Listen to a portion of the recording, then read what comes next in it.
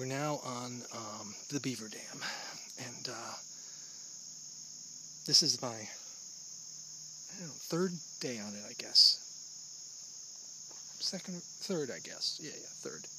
First this weekend, 2 last weekend, and 1 this weekend. So, take a look. It's a mess.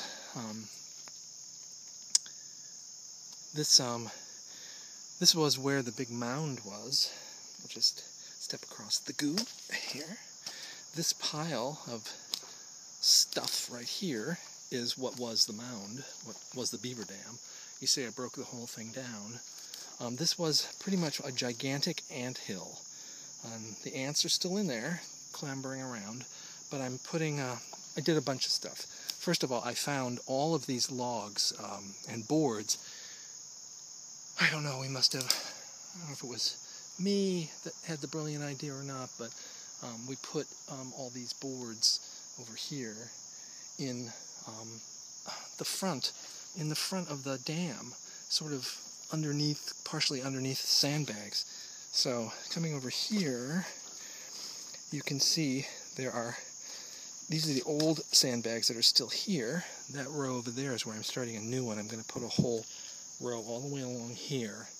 This whole thing is going to have a new row of sandbags. And I've broken a lot of this down. Like right here is just goo as far as you can go. And it goes along here, pretty much here. This is still land. So this is part of the mound, part of the ant hill. And that still has to be busted up and migrated further down that way. These are some trees I took out. But I also removed these huge logs. I found this big thing of plastic stuff. I found all this debris of different sorts, all jammed in here, a cinder block. So I've effectively stopped the flow of water.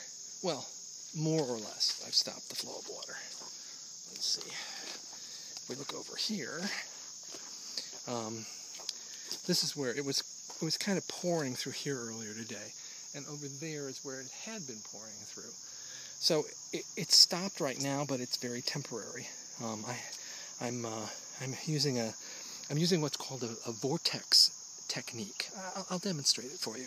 I'll try to anyway. I'll have to do it one-handed, which is very, very difficult. So this is my trusty pry bar, and let's see if I can pry it out. Normally this is a two-handed activity, but if you can see, I'll plunge it in here like this, and then I spin it like that. Oop, there goes the pickaxe. And I suck in the debris that's next to my vortex. And generally I go, you can see how far down that's going. Maybe. I don't know if you can see it or not. But that's what I've been doing. Great for the shoulders and the back muscles. And so anyway, I create this vortex like that, and then I'll extract the pry bar and move over, and then do one next to it.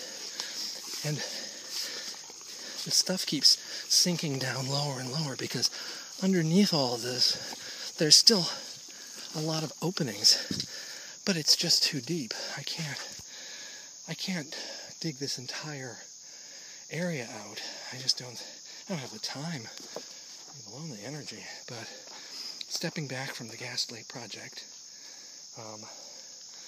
you can see is sort of the scope of it. It's big. It's leaking probably from here and then underneath here and over to there. So I'm doing my best to plug this part, and then I'm going to hope to be able to do this next part at some point. I figure it'll be the weather will be good through September, and that'll give me, a number of weekends to continue my labors. There you have it. And that is the Beaver Dam. At least I was able to knock the whole mound down today, move all these big pieces of wood, and got some progress. Anyway, that's my story. Goodbye.